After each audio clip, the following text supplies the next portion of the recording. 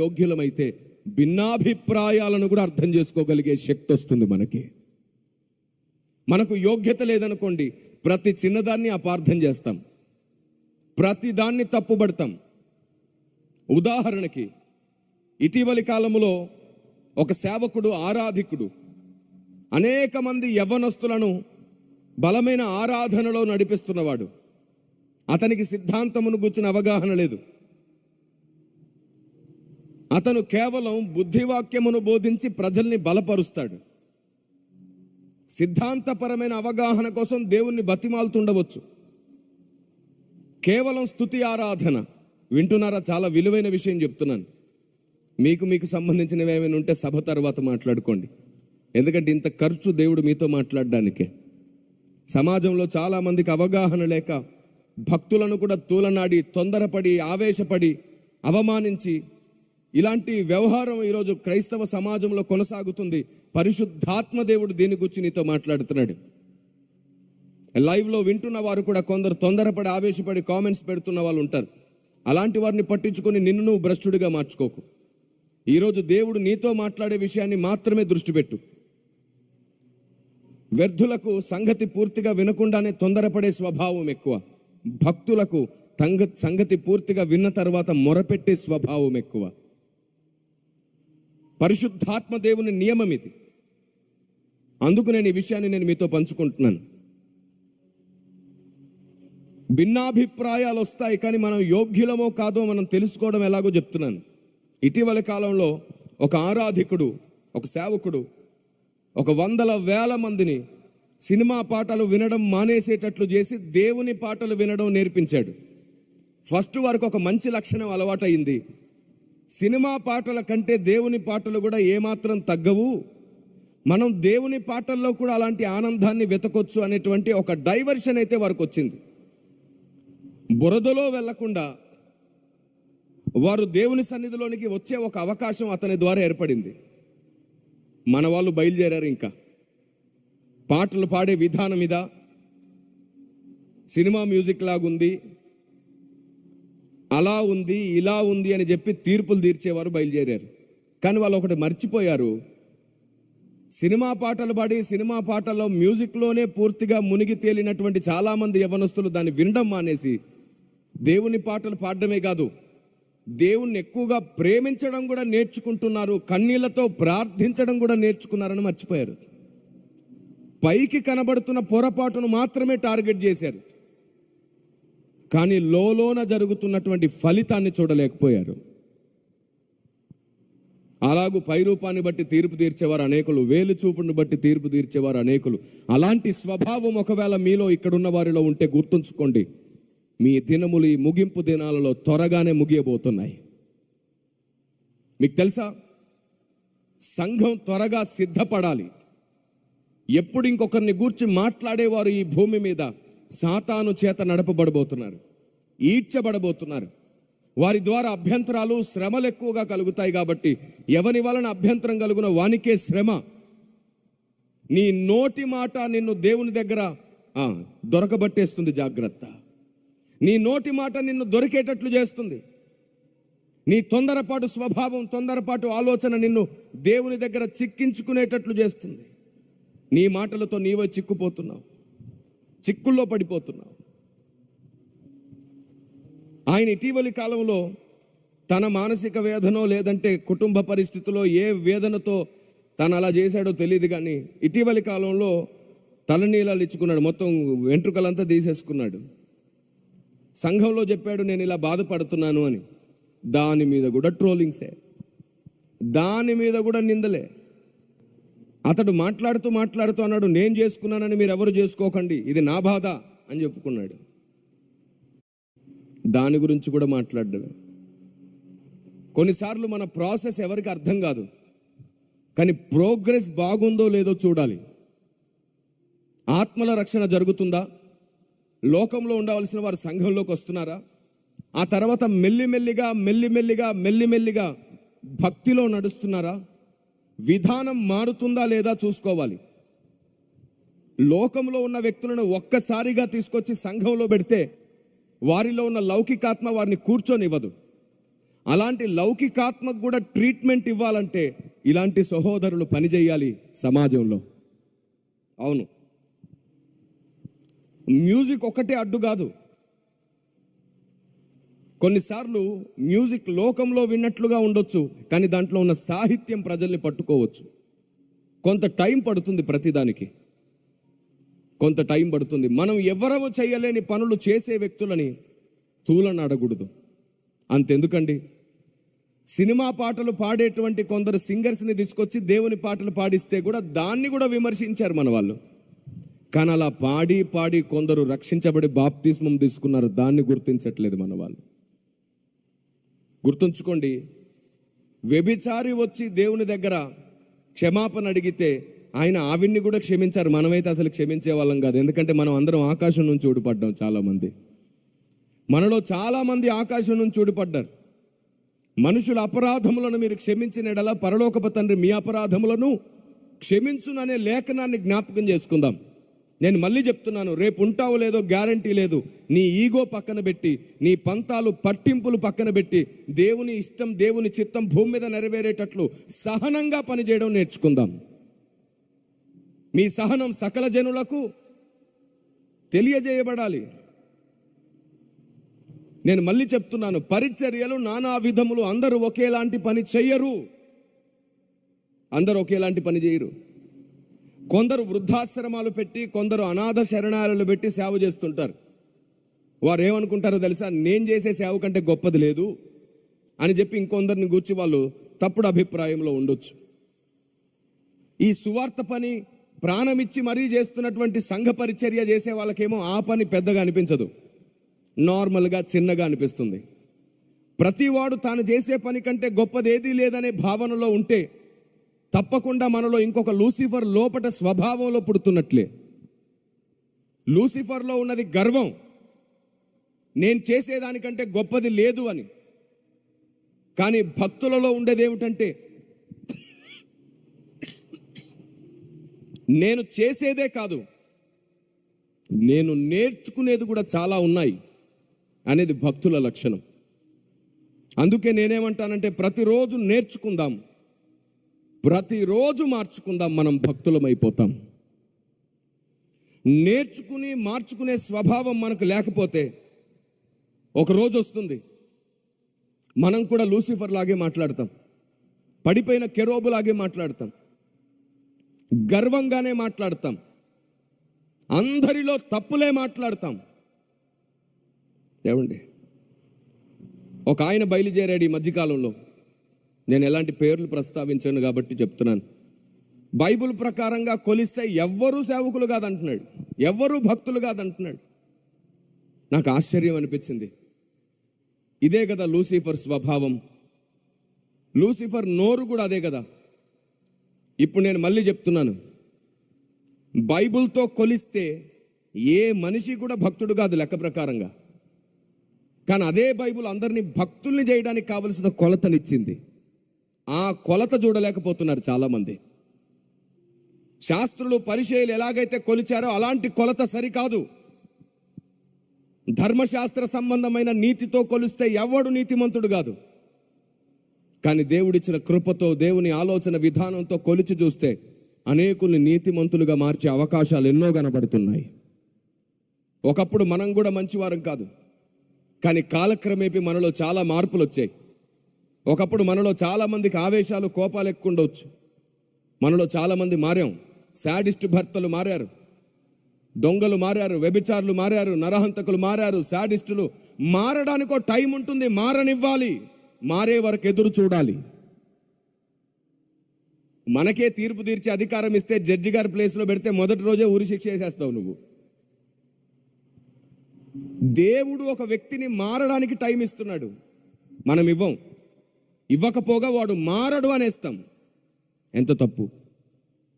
సిద్ధాంతపరమైన విభేదాలుంటే, సిద్ధాంతపరమైన పొరపాట్లుంటే వారిని దొంగలు అనేస్తున్నారు చాలామంది, తప్పుడు బోధకులు అనేస్తున్నారు, తప్పుడు మనుషులు అనుకుంటున్నారు.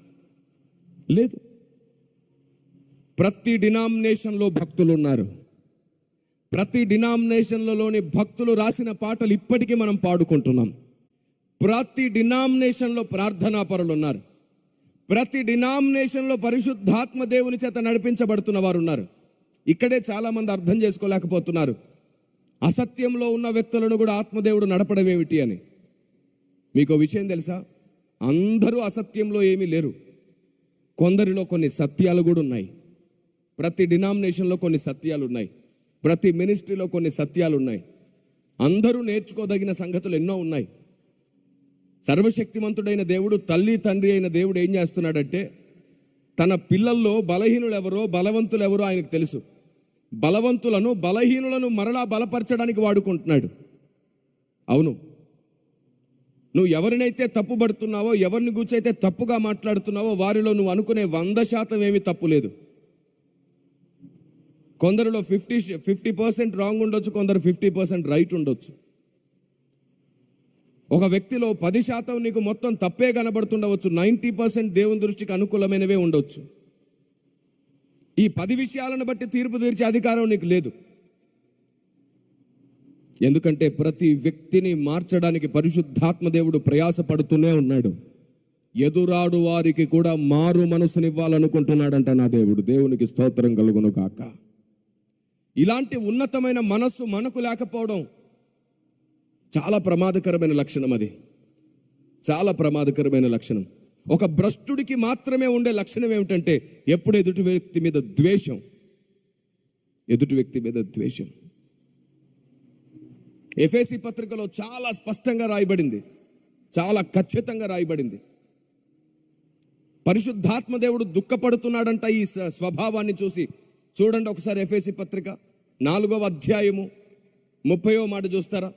దేవుని పరిశుద్ధాత్మను దుఃఖపరచుకుడి, దేవుని పరిశుద్ధాత్మను దుఃఖపరచుకుడి. విమోచన దినము వరకు ఆయన యందు మీరు ముద్రింపబడి ఉన్నారు. విమోచన దినము వరకు ఆయన యందు మీరు ముద్రింపబడి ఉన్నారు. చదవండి. సమస్తమైన ద్వేషము, కోపము, క్రోధము, అల్లరి, దూషణ, సకలమైన దుష్టత్వము మీరు విసర్జించుడి. ఒక్క నిమిషం. 30వ వచనంలో ఏం రాయబడింది? పరిశుద్ధాత్మను దుఃఖపరచకుడి. ఆ కింది వచనంలో ఆయన దుఃఖపడ్డానికి గల కారణాలున్నాయి. అందులో ద్వేషము, దూషణ, అల్లరి, క్రోధము ఇలాంటి మాటలు రాయబడ్డాయి. దేవుని చిత్తం ఈ భూమి మీద పూర్తి చేయాలి అంటే, అసత్యంలో ఉన్న వారిని సత్యంలో నడిపించాలి అంటే, జ్ఞానులు, పండితులు, వాక్యం బాగా తెలిసిన వారు విమర్శిస్తూ పోతే అవ్వదు. విమర్శిస్తూ పోతే అవ్వదు. సరిచేస్తూ పోవడానికి సహనం చాలా అవసరం. అవును, సహనం లేకుండా ఈ భూమి మీద ఎప్పటికీ ఏది సాధ్యం కాదు. ఒక చిన్న కథ చెప్పన. చాలా రోజుల క్రితం నేను ఈ కథ విన్నాను. ఒక రాజుగారంట సంతానం లేక ఎన్నో పూజలు, నోములు, ఎన్నో వ్రతాలు చేశాడంట. చిట్ట చివరికి 15 సంవత్సరాల తర్వాత ఆయనకు ఒక కూతురు పుట్టింది. ఈ వార్త తెలుసుకొని రాజు విహారయాత్రలో ఉంటుండగా మొత్తం రాజ్యాన్ని చూసి రావడానికి వెళ్ళిన వాడు పరుగు పరుగున తిరిగి రాజ్యానికి వచ్చాడు. వచ్చి కూతుర్ని చూసుకున్నాడు. ఒక 2-3 నిమిషాలు పరీక్షించాడు, దగ్గరికి తీసుకోవట్లేదు. రాజుగారు ఎత్తుకోండి అని ఇస్తుంటే దగ్గరికి తీసుకోవట్లేదు. ఏమిటండి పాపనెత్తుకోరు అని అడిగితే, చిచ్చి ఇలాంటి బిడ్డ పుట్టిందేమిటి నాకు అని కోపానికి వచ్చాడు. అందరూ వచ్చి చూస్తే బిడ్డ బాగానే ఉంది, చాలా సుందరంగా ఉంది, చూడ చక్కనైన రూపం. ఈయనకేమో నచ్చట్లేదు. ఏమిటండి ఏం నచ్చట్లేదు అని అడిగితే ఆ రాజుగారు ఏమంటున్నాడు తెలుసా? సరిగ్గా గమనించి చూడండి, నోట్లో పండ్లేవి, కూతురంటే అందంగా పుట్టాలి, నోట్లో పండ్లు ఉండాలి కదా అంట. ఇంకా అని అడిగారు. పొడవాటి జుట్టు ఉండాలి, పొడవాటి జడు ఉండాలి నా కూతురికి, జడేది అంట. వీడు పెద్ద మూర్ఖుడని అప్పటికే అందరికీ తెలుసు. వీడు చెప్పింది కాదంటే మెడకాయ మించి తలకాయ తీసేస్తుంటాడు వీడు. భార్య కూడా భయపడిపోతుంటుంది, సైగ చేస్తుంటుంది రాజవైద్యులకు, ఎదురు మాట్లాడకండి, మీ తలకాయ తీసేస్తాడు జాగ్రత్త అని. ఈ రాజుగారు అంటున్నాడు, కూతురికి జుట్టేది, జడ ఏది, అమ్మాయి పుడితే జడ ఉండాలి, పళ్ళు ఉండాలి, ఆ కళ్ళు మూసుకొని ఉంటుంది చూడండి, చిన్న చిన్న కళ్ళు ఉన్నాయి, కాళ్ళు చేతులు ఏంటి వంకరగా ఉన్నాయి. ఊరికే పిలిస్తే పలకకుండా అటు ఇటు దిక్కులు చూస్తుంది పిచ్చిలాగా. ఏంటి ఇలా ఉందేమిటి, నాకు ఈ కూతురొద్దు అని చెప్తున్నాడు. వాడి మూర్ఖత్వం తెలిసినటువంటి రాజవైద్యులలో ఒక పెద్ద ఆయన దగ్గరకు వచ్చి, రాజా తొందరపడొద్దు, పొరపాటుగా బిడ్డని చంపమనో 2 ముక్కలు చేయమనో సమాధి చేయమనో ఆజ్ఞాపివ్వకు. నీ బిడ్డకు వచ్చింది కేవలం ఒక చిన్న సమస్య, వ్యాధి మాత్రమే. ఈ వ్యాధి పోతే పళ్ళొస్తాయి, జుట్టు వస్తుంది, చక్కగా లేచి నిలబడుతుంది, నువ్వు అనుకున్న దానికంటే అందంగా నిలబడుతుంది, అందంగా కనబడుతుంది అని అన్నాడు. అవునా, వ్యాధి వచ్చిందా, ఎలా పోతుంది అని అడిగాడు రాజుగారు. 5 సంవత్సరాలకు ఒకసారి హిమాలయాల్లో ఒక పుష్పం పూస్తుంది. అలాంటి పుష్పాలు 3 సార్లు తీసుకొచ్చి 100 పాలలో కలిపి పోస్తే నీ బిడ్డ చాలా అందంగా ఉంటుంది. ఈ రాజ్యంలోనే ఇంకా ఇంత అందం ఎవరికి ఉండదు. కాకపోతే 5 సంవత్సరాలకు ఒక్కసారి ఆ పువ్వు పూస్తుంది. 3 పువ్వులు కావాలి అంటే ఎన్ని సంవత్సరాలు పడుతుంది అన్నమాట? 15 సంవత్సరాలు పడుతుంది. ఈ రాజుగారు ఏమైనా అలాగే కానివ్వండి, కానీ అప్పటి వరకు ఈ బిడ్డ అంతఃపురంలో ఉండడానికి వీల్లేదు, మీ దగ్గరకే తీసుకెళ్లి వైద్యం చేయండి, కావలసి వస్తే అన్ని ఏర్పాట్లు అక్కడే చేసుకోండి అని చెప్పి బండెడు బంగారం, కావలసిన అధికారం, సైనికులను అన్నిటిని ఇచ్చి పంపించేశాడు. ఎంత పిచ్చోడో చూడండి. మొదటి 5 సంవత్సరాలు గడిచిపోయిన తర్వాత రాజవైద్యులు వచ్చి, అయ్యా పండ్లు వచ్చాయి, లేచి పరిగెడుతుంది, చాలా అందంగా ఉంది, చూపించమంటానంటే లేదు లేదు లేదు లేదు, నేను అనుకున్నట్టుగా తయారైతేనే చూపించండి అన్నాడు. 10 సంవత్సరాల తర్వాత మరలా రాజవైద్యులు వచ్చారు, అయ్యా నీ బిడ్డ చాలా అందంగా ఉంది, చూపించమంటారా? ఎన్ని పుష్పములు నూరిపోసి తిరిగి అన్నాడు. 2 అయితే 3వది కూడా కానిమ్ము. 15 సంవత్సరాలు నిండిన తర్వాత తీసుకొచ్చి ముందు నిలవబెట్టారు. అందరూ చూసి అసూయపడేంత అందం, అద్భుతమైన జుట్టు, జడ, చూడ చక్కనైన కళ్ళు. ముందు నిలబడితే, ఎస్ ఇలాంటి కూతురు నేను కోరుకున్నాను, పుడితే ఇలాంటి కూతురు పుట్టాలి, శభాస్ రాజవైద్యులారా మీరు అద్భుతం చేశారు అని మళ్ళీ 10 రథముల నిండా బంగారం ఇచ్చి పంపించాడు వాళ్ళకి బహుమానం. వాళ్ళు ముసి నవ్వులు నవ్వుకుంటూ ఇంటికి వెళ్ళిపోయారు. మూర్ఖుడు వల్ల వాళ్ళు బ్రతికేశారు హ్యాపీగా. ఇప్పుడు చెప్పండి, వీడు ఎంత మూర్ఖుడైన రాజు.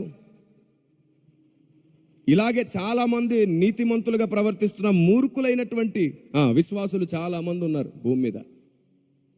ఎవడైనా సరే ఒకడు భక్తిలో కొనసాగుతుంటే ఒక్కసారిగా వాడు నీకు మహాభక్తుడిగా కనబడడు.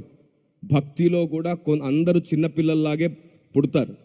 ఆత్మీయ పసితనం అంటారు దాన్ని. చూడగానే మహాభక్తుడిలాగా నీకు కనబడరు ఎవరు. కాలంతో పాటు, సహవాసంతో పాటు, అందరితో కలిసి ప్రార్థనలో ఉంటుండగా, సభల్లో ఉంటుండగా, వాక్యం నేర్చుకుంటుండగా, అనుభవంలో గాయపడుతుండగా, విరిగి నలుగుతుండగా ఒక్కొక్క మెట్టు దేవుడు అనుకున్న అందమైన రూపం వస్తుంది మనకి. దేవునికి స్తోత్రం కలుగును గాక. దేవుడు అనుకున్న రూపం మనకు రావడానికి టైం పడుతుంది. ఒక రాత్రిలోనో 1 సంవత్సరంలోనో ఏ వ్యక్తి భక్తుడైపోడు. కానీ ఒక్కొక్క విషయం నేర్చుకుంటూ మార్చుకుంటూ భక్తులవుతారు. ఏ బిడ్డైనా సరే పుట్టగానే పండ్లుంటాయా? జడ ఉంటుందా కావలసినంత పెద్దగా? లేచి పరిగెత్తేస్తారా? కాలంతో పాటు బిడ్డ కూడా ఎదిగింది, గొప్పదైంది. అలాగే ఆత్మీయ జీవితం కూడా నువ్వు కోరుకున్నట్టు, నువ్వు అనుకున్నట్టు, నువ్వు బైబిల్లోంచి ఒక వచనం తీసి కొలిసినట్టు ఉండరు. ఆయనే ఓపిక కలిగి అందరూ మారు మనసు పొందాలని ఎదురు చూస్తున్నాడు. అందరికీ అనుభవాలు ఇస్తున్నాడు. అందరూ గాయపడే అవకాశం ఇస్తున్నాడు. అందరినీ సరిచేస్తున్నాడు. ఒక్క విషయం మర్చిపోవద్దు, ఆయన ఎప్పటికీ ఓడిపోడు. తొందరపడితే నువ్వే వ్యక్తిగతంగా ఓడిపోతావు. ఆయనకు లేని ఆవేశం నీకెందుకు? కాబట్టి క్రైస్తవుడు ఖచ్చితంగా గుర్తుంచుకోవాలి, ఒకరినొకరు ద్వేషించుకొని, దూషించుకొని, అవమానించుకొని ఈ భూమి మీద మనం ఏమీ సాధించలేం. ఒకరినొకరం కట్టుకోగలిగితే ఓపికతో మనం ఒక్కటవుతాం, సాతాను ఒంటరవుతాడు. ఆమెను చెప్పొచ్చు కదా గట్టిగా.